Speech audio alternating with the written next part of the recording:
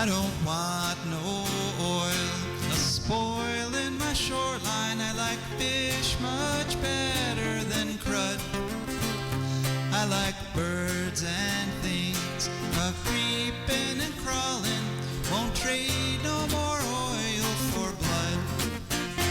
The sun done give us all we need to make this country run. But that black demon oil's got us fussing and fighting, and I do believe it's time we was done. I don't want them nukes run by them kooks who think radioactivity is fun. No more three-headed frogs or kids with leukemia. Nuclear power ain't fit for a dog. The sun done give us all we need to make this country run. But that nuclear power's got us fussing and fighting, and I do believe it's time we was done. No nukes!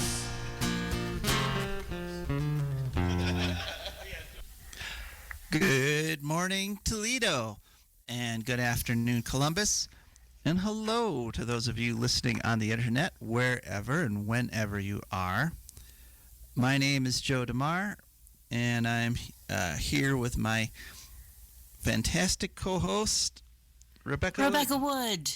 The gods are smiling upon us again. So, all right. Excellent. Well, you have had the future. You've had the good luck of tuning into a show called For a Green Future. For a Green Future is a show where we talk about ecology and the environment, and we talk about them in the ways that they affect you, your wealth, your health, your happiness, the wealth and health and happiness of your friends and your family, and basically everybody and everything on this wonderful planet that we called Earth. And I just got a little note from our tech here. The echo problem has been solved. So that's great, because this is a call-in show. And we're hoping at some point you'll call in and join us at 877-909-1007. Or you can send us a text at our wonderful text receiving device, which is at 419-973-5841. And what Rebecca and I are going to do here for this fantastic hour of radio is for the first 15 minutes or so, we're going to be talking about just some experiences, some observations I've had over the past week or so in terms of ecology and the environment. Then we have a guest. We have our good friend, Norbert Suchanek, who was a guest last year because he is the organizer of the International Uranium Film Festival, which is happening right now in Rio de Janeiro. And you could watch for free some really great movies about nuclear power and nuclear weapons and all things radioactive, and for free. And you'll find out how to do that in our interview coming up at about quarter after. Then we'll hear from our fantastic advertisers and patrons. And then we're going to hear from Rebecca. And Rebecca, what do you have to talk about this about today? Irises. Irises. Not the kind in your eyes, I'm guessing. Yeah, the kind that grow in the dirt. The dirt kind of growing. Okay, irises. All right, that's nice. Then we're going to have our ecological news segment. And this week's ecological news is a little bit different. I have an update on one of the stories we've been following since the beginning. But most of it, I'm going to be talking about the Goldman Prize, which is sort of like the Nobel Prize for environmental activists every year. They award it to 6 people based, on where they live on the globe. And it just is really heartwarming to hear these stories of people that went out and fought these amazing environmental battles and won. And so I thought that would be kind of uplifting for this show, because we need uplifting news right about now. And speaking of uplifting, I had an incredible experience just yesterday, and but to get to it though, I have to set things up a little bit.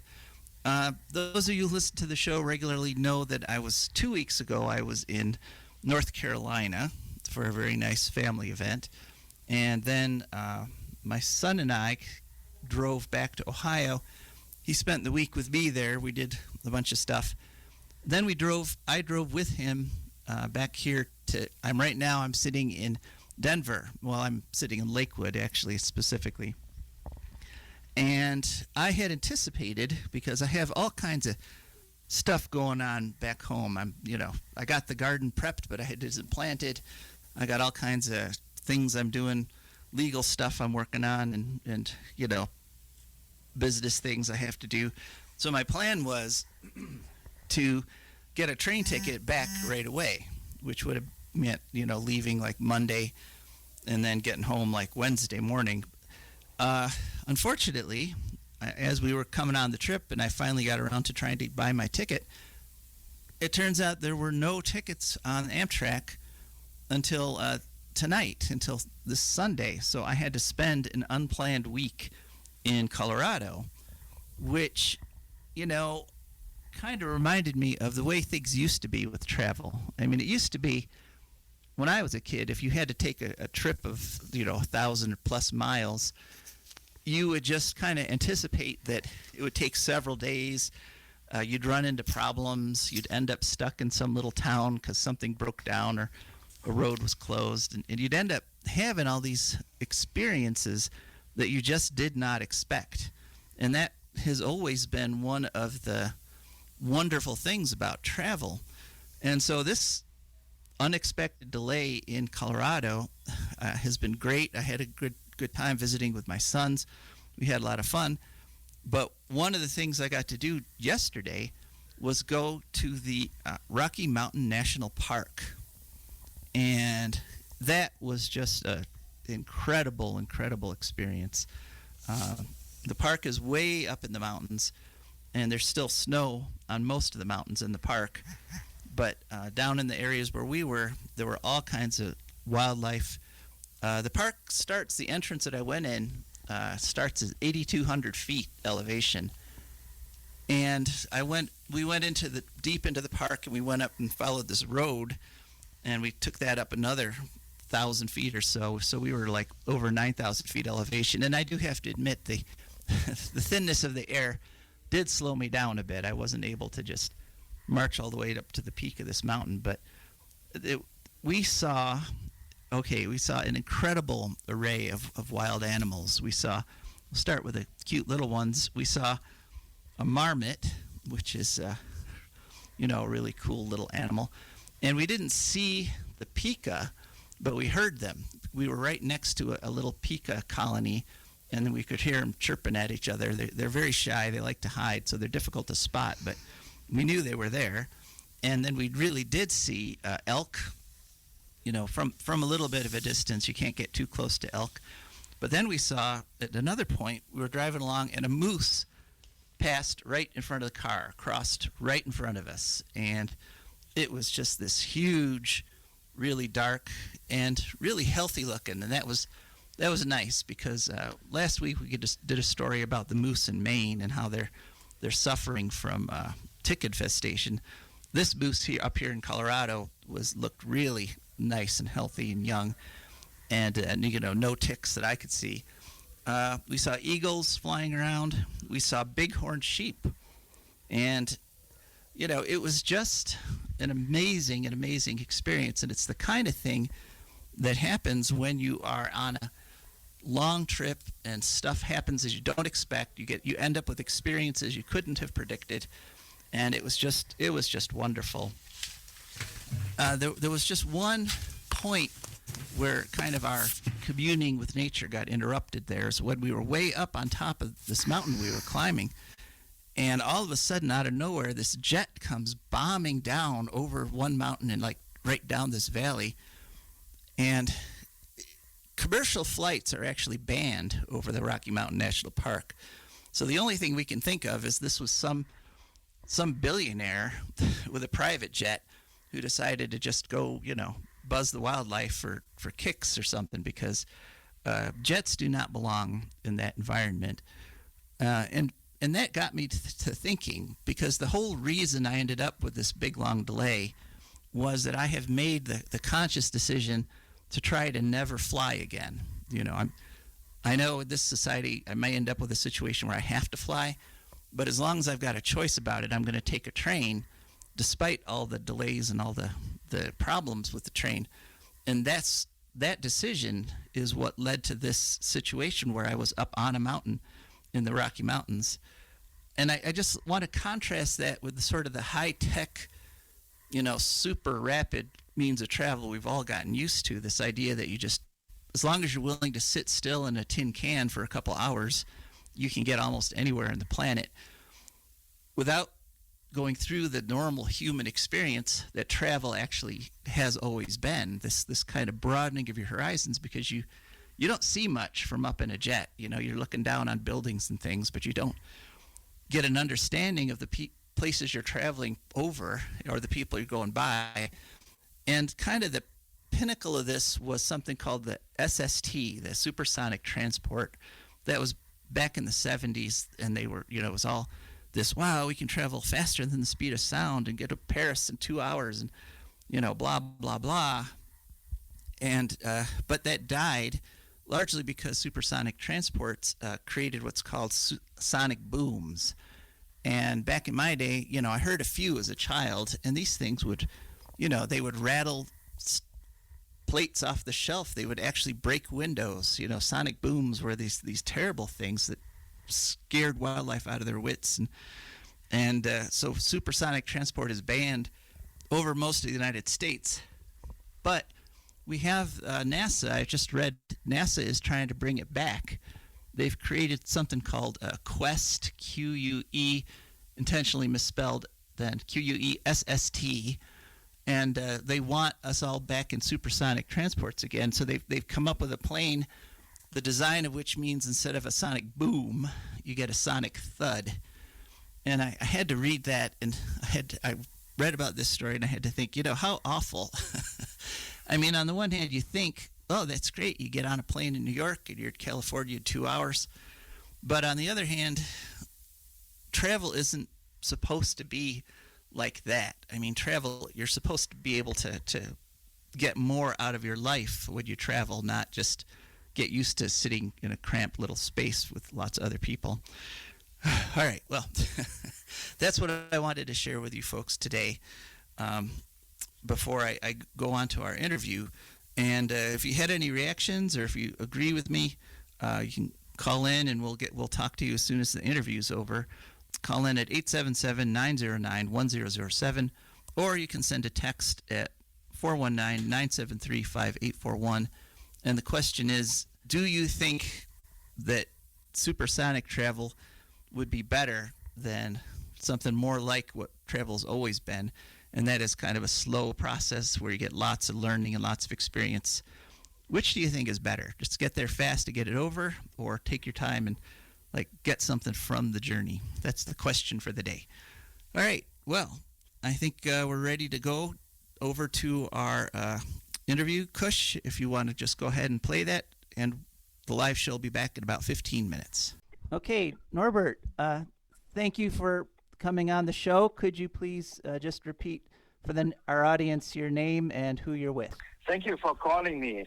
Well, my name is Norbert Suchanek, and I'm the director of the International Film Festival, a festival about anything nuclear and radioactive that we have founded in 2011. Right. So congratulations on your 11th year. That's great. And thank you also so much for taking time, because I know you're literally right in the middle of the festival. And am I right that you just finished watching a film? Yes, we have watched a film called Stalkers, a film about the situation of Chernobyl today, with people and tourism over there, and beside the radioactive risks.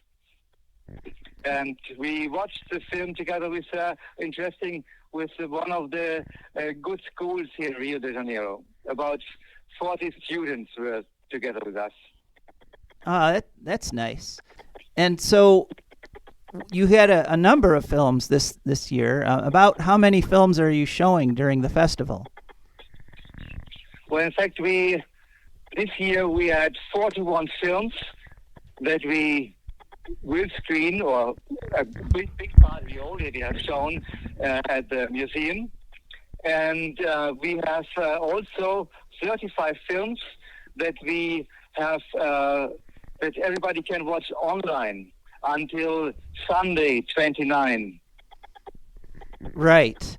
And so this is going to be airing in the morning on the 29th. And so people... Yes, this is real time. So it's until Sunday night real time you can watch the films.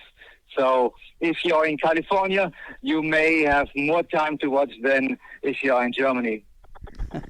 Right, and people get to watch it for free, correct? Yes, it's also free. You know, it's open for everybody to reach as many people as possible, from Greenland to Africa. Okay.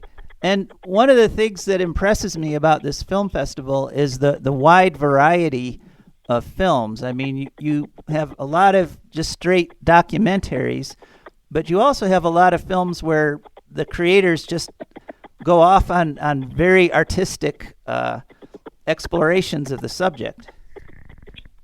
Yes, that's really important. You know, the issue, radioactivity, danger, nuclear war, you have to show it in many different ways. For example, we have this year a comedy about a nuclear disaster that happened in Spain in the year 1966. 4 atomic bombs dropped from a United States plane on the southern coast of Spain, 66, in Palomares. And we will show tomorrow a short film comedy about this accident. Ah, yeah. And also we will, and another great film is Valley of the Gods from the Polish filmmaker Lech Majewski. This film is a great movie, and the story is about uranium mining. And this movie is with stars like John Malkovich. And for me, it's very important to have movies with stars in it about this issue, so we can reach a wider audience, not only people who likes to watch documentaries. Right, yeah. And I just watched one earlier today, The Day After, which is a really funky, animated sort of exploration of a nuclear explosion. It's very, very compelling. Yes, I like that animation from Nathan Meltz. He's from New York. Uh-huh. And so you have a competition. So what was the winner of this year's festival? Yes, we have a competition for best feature fiction, best feature documentary, best short documentary, and best short documentary. So the winner is, in fact, the best short fiction film will be the film from Spain about the 4 lost atomic bombs. And the film is just called January 66. Right, and the second... And just to be clear, that was an actual incident, right? That it's not fictional. Actually, it's well, nobody. It's incredible. You know, during the Cold War, the United States of America had always B-52 planes in the air with always with 4 nuclear bombs on board, or even more, and to be protected to launch the bombs over Russia, and they flew around Russia 24 hours a day. And so they always flew over the southern part of Spain. And the accident happened when another plane came to put fuel into the B-52 plane. And so on, both planes crashed over the southern part of Spain. And the people were lucky. The bombs didn't explode. They just fell down on Earth and broke. But of course, if a plutonium bomb breaks, you contaminate the location with plutonium. So a huge part of the southern part of Spain, in the region of Almeria, became contaminated with plutonium, 66. Huh. And then the United States of America sent an army of a few thousand American soldiers to clean up the mess. Huh. Well, I think it sounds like it would take sort of a genius filmmaker to turn that into a comedy. Well, these accidents happened. We showed in the past another film about the same accident that happened in Greenland. Lost atomic bombs in Greenland, in Chile, the Chile accident. But anyway, the second big winner of our festival this year is called Television Event by Jeff Daniels. It's a fantastic movie about the day after. You know the film The Day After? Right, yeah. That screened in the 80s United States, the first really film about nuclear war. Yes, I remember watching. film. I remember watching that as a young man. Yeah, it had Jason Robards. Exactly, like Nathan, the animation filmmaker. He watched the film The Day After, and then he couldn't sleep for years. And for that, he made the animation. Ah. And so, yes. And the film Television Event is a documentary about how The Day After was made and what was the consequences of screening The Day After. Mm-hmm. Well, it certainly helped.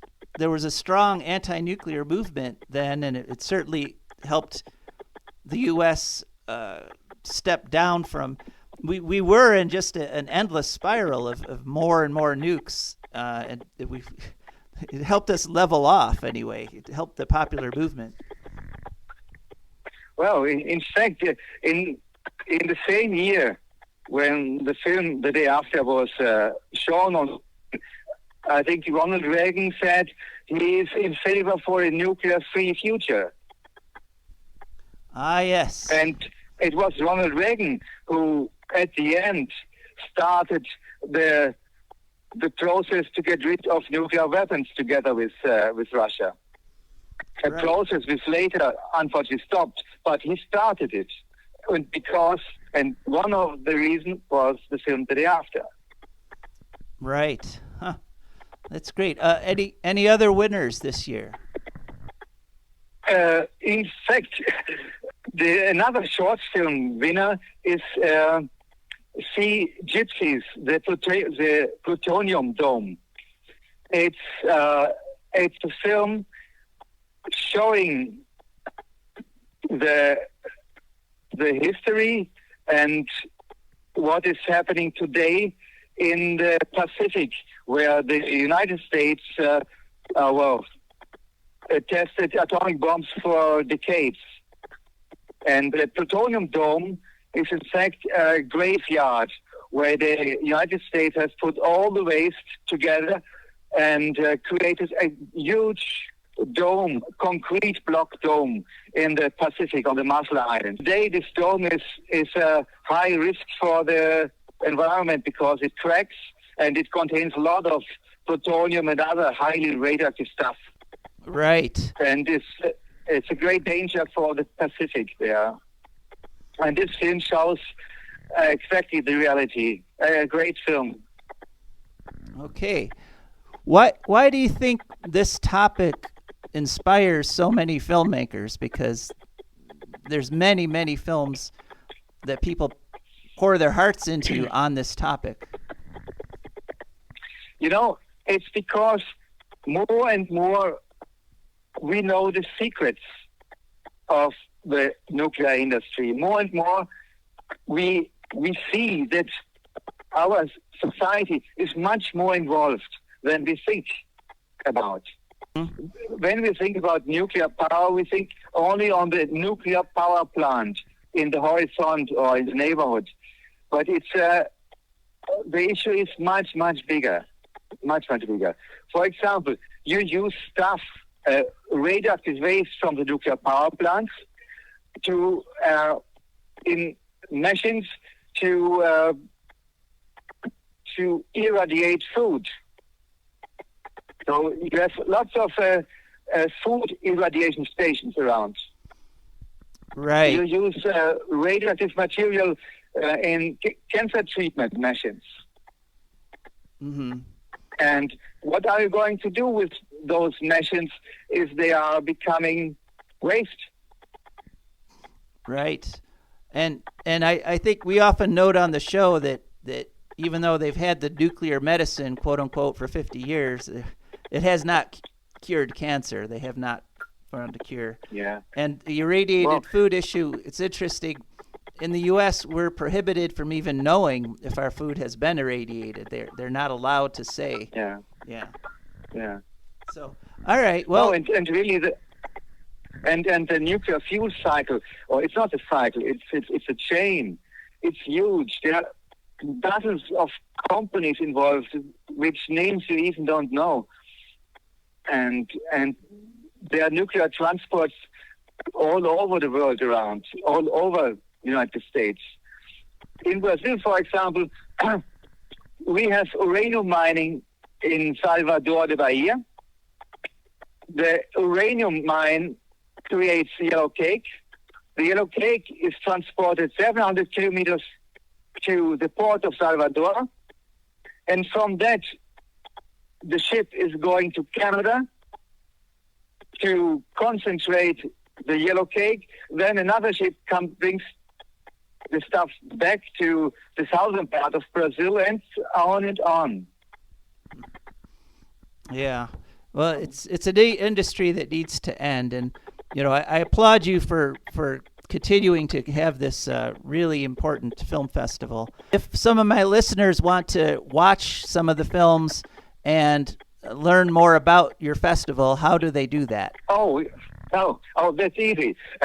Just Google Uranium Film Festival. You will find our website, and there we have everything explained. So just find our website, www.uraniumfilmfestival.org, and here you can find the films and what is going on.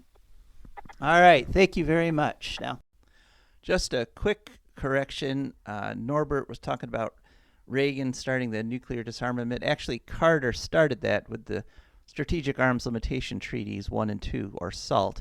But Reagan did famously have a summit with Gorbachev at Reykjavik where they both came out together and said they were going to start working towards the complete elimination of nuclear weapons. And it was shortly after that they started saying that Reagan went senile. All right, and thank you, folks. Thank you, folks, for listening. That was our interview with Robert Suchanek, and we talked to him directly in Rio de Janeiro during their festival, so that was nice. All right, and something else that's nice is the people and the organizations that support us as advertisers and sponsors. So, For Green Futures brought to you by the Wood County Park District. The Wood County Park District is a natural resources conservation agency. They protect natural spaces, maintain quality green spaces, provide engaging programming, and they teach people to love and respect nature. They restore wildlife habitats, and they lead outdoor adventures. Wood County Parks protects natural spaces in Wood County for all to enjoy, from 8 a.m. to 30 minutes past sunset every day of the year. And there's a bunch of ways you can get a hold of them. One is to call them at 419-353-1897. That's 419-353-1897. Another is to go to their website, which is quite easily wcparks.org. And you can, using that WC Parks, you can also go to any app store and download their app, the WC Parks app. And that has nice pictures of it, and you can get a hold of schedules and things that are happening, announcements and so forth. And they're on all the social media, Twitter, Instagram, Facebook, etc., etc., etc. That's the Wood County Park District. And Four Green Future is also brought to you by our patrons. And our patrons are incredible people who have committed to helping basically get the basic information out that we need to make decisions in order to protect ourselves and our planet. They've decided that's important enough that they went to patreon.com, Patreon, and they searched for 4A Green Future. Up popped our page, and they selected a little monthly donation that matches their budget, so nobody has to suffer here. But if we all pitched in, we could actually do quite a bit more on this show, and I'm looking forward to that because our numbers are going up. So I'm hoping that the number of patrons is going to follow that soon. So that's patreon.com. All right, Rebecca, how are you doing? All right, how are you? I'm good. Can you hear me? Oh yeah, Okay. I can hear you coming in loud and clear. So what did you think of what they're doing down there in Rio? Well, it sounds really amazing. Yeah, it is. It like he said, today at least you can go to the website and you can watch any of those movies for free. So some are really short, like just a couple of minutes. Others are big, long documentaries. It's a huge, rainbow of anti-nuclear information. So That's right. crazy that accident in Spain happened the year I was born, and I've never heard of it. Oh, really? Yeah. It's incredibly lucky that those bombs didn't go off, because one thing that people don't know is just how all the nuclear arsenals in the planet at that time were all on hair trigger. Because everybody was afraid the other side was going to do a first strike. And so, everybody was like, if there's a bomb, we've got to fire right away, because you only have a half hour before the missiles would get to you and destroy all your wonderful missiles. And so had those bombs gone off and had there been, nuclear explosions in Spain, that probably would have, we wouldn't be having this show right now. We'd probably be fighting over scraps of, 30-year-old tin cans of food or something like that. There we go. Anyway, but back to the present. And it's spring, and so I'm assuming that's kind of why your thoughts turn towards flowers. Well, actually, I'm doing irises in honor of a Toledoan named Iris, who this past week lost her husband and her son in a car accident, and was hospitalized herself, and is now facing deportation because America is special. Oh, well, I did not know this. Definitely our sympathies go out to Iris, and that's terrible to lose your family like that. Yeah, I just can't. Yeah, how can you not have any mercy on someone like that? Anyway, we're going to think about pretty flowers instead now. And iris is predominantly flowers from the genus Iris in the family Iridaceae, which I guess means rainbow in Greek. So it's like iridescence, like iridescent things are all different colors. And I think that's because irises also grow in many colors. They're also called flags. There are a few other genre in that same family that are commonly called irises. So an iris is whatever you're calling an iris, basically.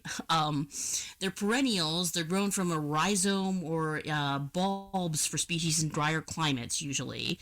And they have some petals that stick up, and they're kind of unique because they have petals that kind of droop down called falls. And some species have something called a beard at the base of the drooping petals that kind of acts as a landing strip for pollinators, like helps them get a grip, I guess. Most species, like the temperate zones of the Northern Hemisphere and Europe, Asia, and North America, they grow in dry and cold places and mountains, semi-desert areas. Some also like meadows, bogs, and riverbanks. Although usually dry, cold, and well drained is kind of their thing. They're very popular as garden plants, obviously. Some famous iris gardens of the world there's the Presley Memorial Iris Garden in New Jersey. If you ever, for some reason, are going to New Jersey and would like something actually nice and cultural and things to do, there are over 10,000 species of irises there. And there's also the Giardino della Iris in Florence, Italy, which I probably just mangled the Italian, but that's how I am. See, most species tend to be blue or purple, but there's also pink, yellow, orange, and white breeds that are available.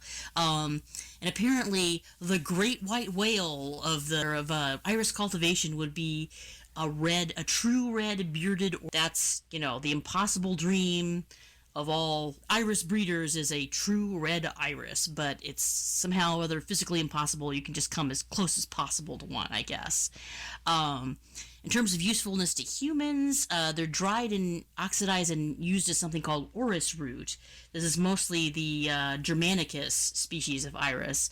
They're used in perfume, as a gin flavoring, oils for sedation and aromatherapy, and whole roots for teething babies. But you want to be a little bit careful because they can be toxic, although usually not fatally. So you get a skin rash and some other unpleasant stuff happens. And yellow irises are used to filter water and consume pollutants in water, but also they tend to clog waterways and are considered invasive. So they're kind of controversial, you just they're useful, but you gotta be careful with them, I guess, and maybe think about other things. So that's irises for you.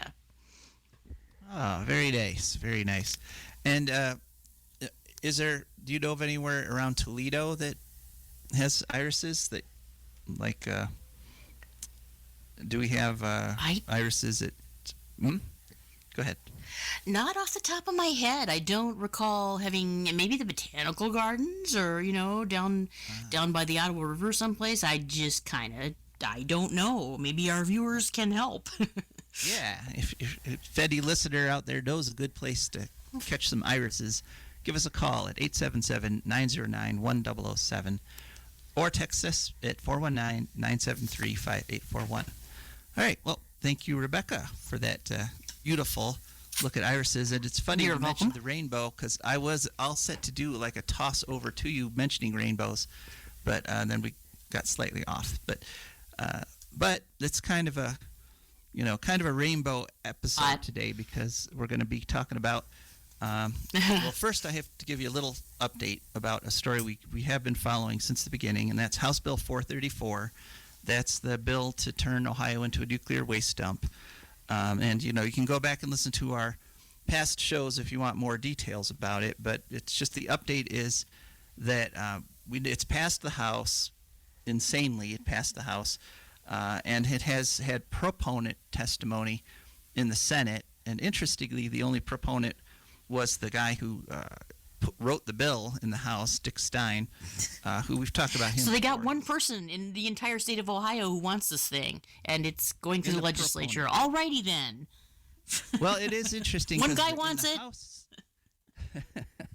In the House hearings, they had a whole bunch of proponents, but they were all people who directly would get benefit from the bill when it passed. Of course. Literally, yeah. all people who would literally make money off the state legislator sticking us with this horrible House Bill 434, which incidentally has no cap in terms of amount of money that they can take from us. So literally, Wow. it's a blank check to this quote unquote nuclear authority, who then would get to come So in. So we're essentially all going to become the serfs of the nuclear industry. That's the plan. I'm hearing. If the bill. Yeah. passes. Okay. Great. That'll be nice. So the reason I'm updating is because it looks like they're finally going to hear opponent testimony, and it may be as soon as June 7th. There's no direct, nothing is confirmed yet, but it looks like we might be here then. So of course we will cover it. Okay, and I just got a request from a listener who texted in and asked if we could give the web address for the free film festival movies. So, you just go to, let's see here, I believe it's internationaluraniumfestival.org. Yeah, here it is. Okay. Right, search for International Uranium Festival 2022 on Vimeo, and then it'll take you to Vimeo/showcase/uranium 2022. So that's vimeo.com/showcase, all lowercase, /uranium 2022. And that's where you see all the movies that are there for free until at least the end of the day. So, all right. Well, thanks for that text from listener. And now on to the main thing I wanted to talk about for this last little bit here. Kind of a departure. But what we're going to do is profile the people who won this year's Goldman Prize. And the Goldman Prize is kind of like the Nobel Prize for environmental activists. I mean, the people over there at that foundation, every year they scour the earth, literally, for environmental activists to give these awards to.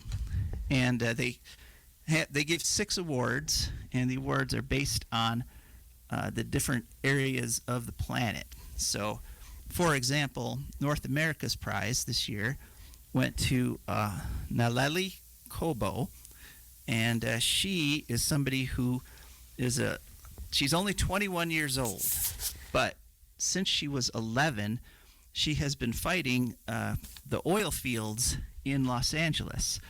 Now, a lot of people don't know this about Los Angeles, but inside the city limits, there is a incredible oil and gas industry. There's literally oil wells and gas wells right next to houses in a lot of the areas of Los Angeles, and predominantly they are in the Hispanic and the Latino neighborhoods. In fact, 500,000 Angelinos live within a quarter mile of an oil well in the city of Los Angeles. And Naleli has been fighting it since she was 11 with the help of her mother. And, of course, she made lots of contacts with lots of different organizations and finally got the city of L.A., even though they were making tons of money off these oil wells. The city of L.A. has finally said no more oil wells in Los Angeles. And she managed to get the oil field that was literally right next to her neighborhood. She managed to get that shut down. So that is a very heartwarming story, because of course we need to shut down all the oil industries, and it doesn't hurt. It's a good thing to start with the ones that are right in people's neighborhoods, right next to their houses, and everyone in the neighborhood had all kinds of respiratory problems and skin rashes and all kinds of nasty stuff that was documentable. That as soon as they shut the field down, all those health problems went away, and so it was very clear that these oil wells were hurting people. So that was the North American winner. Then we go over to the Netherlands, which is the European winner, and Netherlands, like other countries, had committed in the Paris Climate Accord. They had committed to reducing their CO2 emissions by 20 to 40% by 2020. And of course, 2020 has come and gone, and there was no action. And so Marjan Minnesma took her country to court. She started a nonprofit called Urgenda, and along with a bunch of other groups, they sued. And the Netherlands Supreme Court said to the government, yeah, she's right. You committed to doing this. And one of the reasons they were able to do this is that the Netherlands Constitution specifically says that the government, has a quote-unquote duty of care for its citizens. In other words, it's responsible for the health of its citizens. And by refusing to tackle climate change, they were violating their own constitution. And I just thought, it's too bad our Constitution doesn't have something like that I know of. That is all about. Well, wasn't there just a thing where there was supposed to be some kind of bill to that effect, that like requiring the government to tackle environmental issues, and isn't Biden very busy quashing it right now? Hadn't heard about that one, but I believe it. I'll have to follow up. I just glanced at the story, but yeah, I think something like that is going on, actually. Okay. Well, we'll definitely try to have some more information on that for next week's show.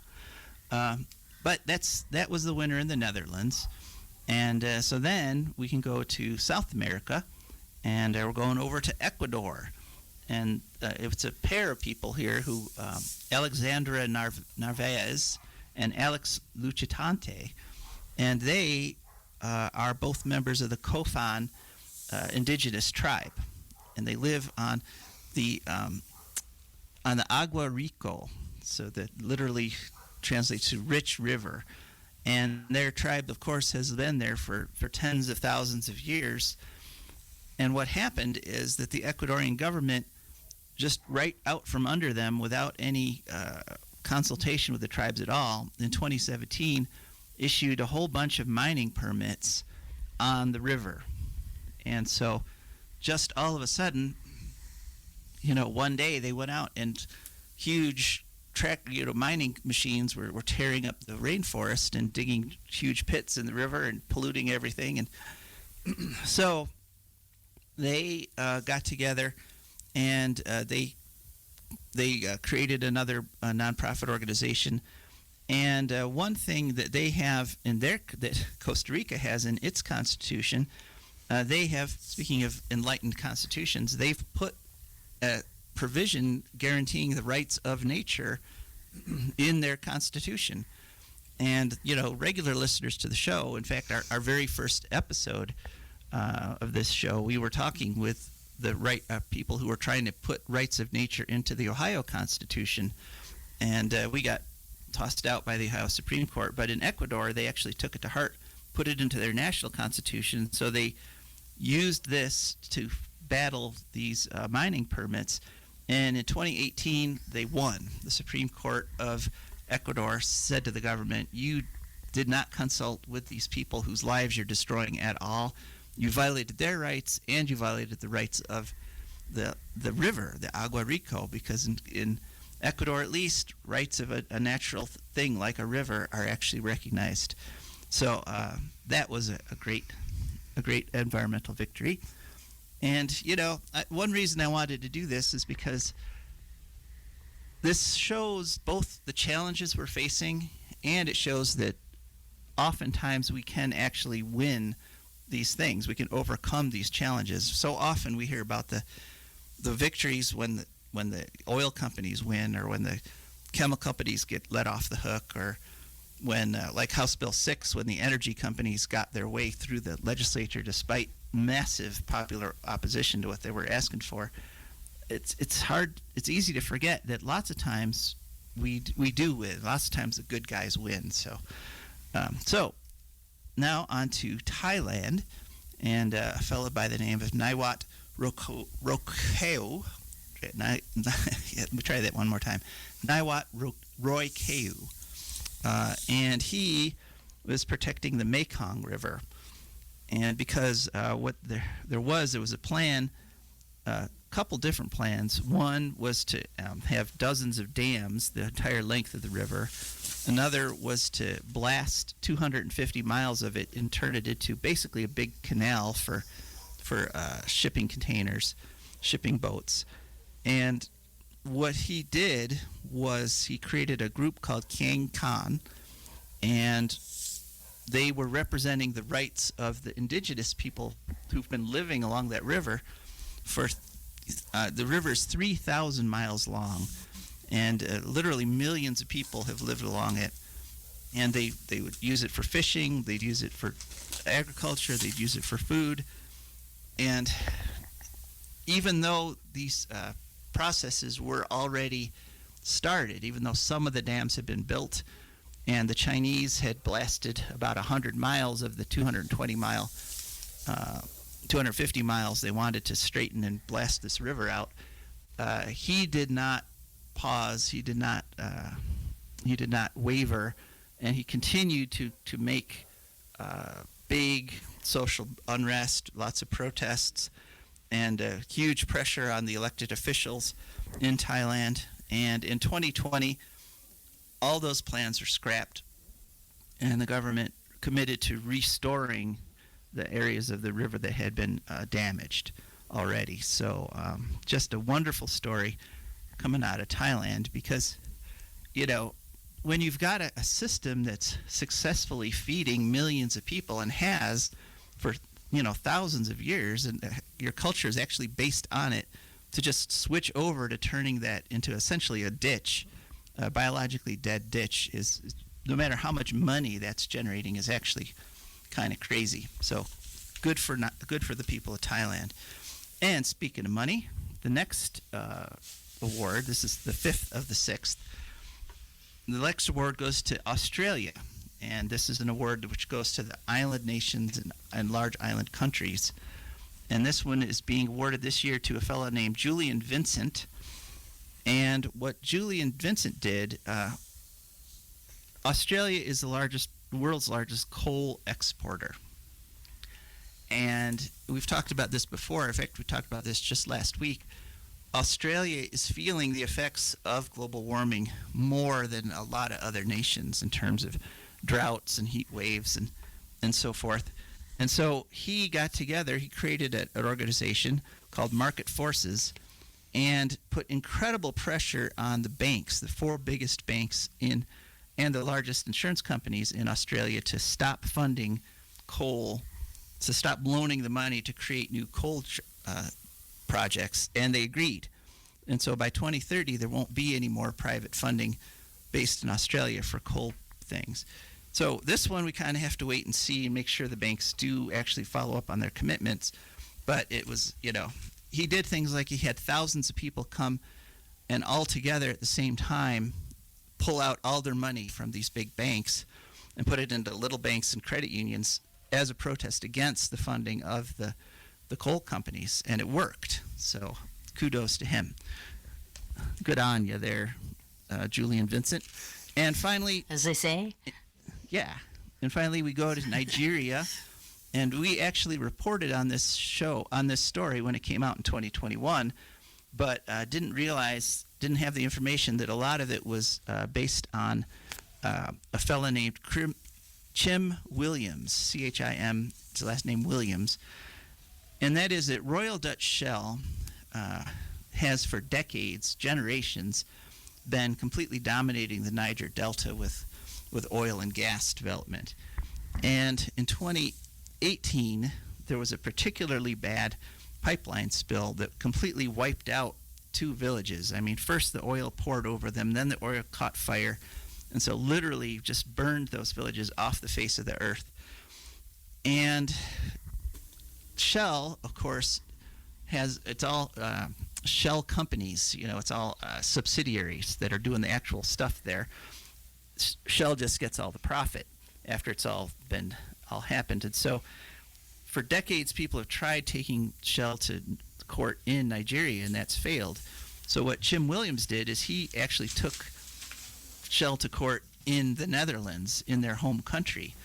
And Shell, of course, kept trying to say, hey, it's not us, it's our subsidiary. Oh, it was armed, you know, gangs that came and blew up the pipeline for some reason. We don't know why they would do that.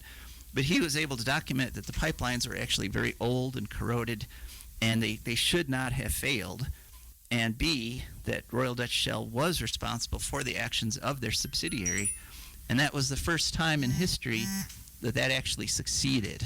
And so now we've got, that's what happened. And so now Shell is financially responsible for those disasters and will have to pay it. All right. Wow.